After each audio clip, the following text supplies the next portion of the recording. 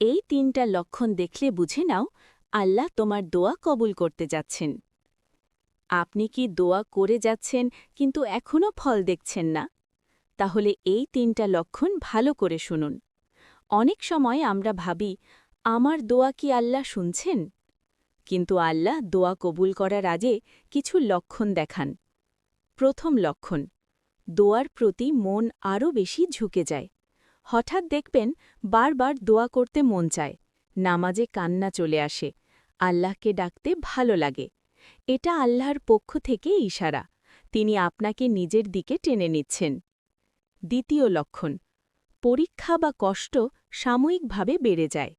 দোয়ার পর হঠাৎ মানসিক চাপ, কান্না, ধৈর্যের পরীক্ষা। মনে রাখবেন, সবচেয়ে বড় দোয়া কবুলের আগেই আসে সবচেয়ে বড় পরীক্ষা। তৃতীয় লক্ষণ, হারাম থেকে দূরে থাকার তৌফিক পাওয়া। আপনি খেয়াল করবেন গুনাহে আগ্রহ কমে গেছে, হারাম জিনিসে মন বসে না, ইবাদতে শান্তি লাগে। এটা খুব শক্তিশালী লক্ষণ, আল্লাহ আপনার দোয়ার জন্য আপনাকে শুদ্ধ করছেন। হয়তো আল্লাহ এখনই দিচ্ছেন না, কিন্তু আপনাকে সেই দোয়ার যোগ্য বানাচ্ছেন।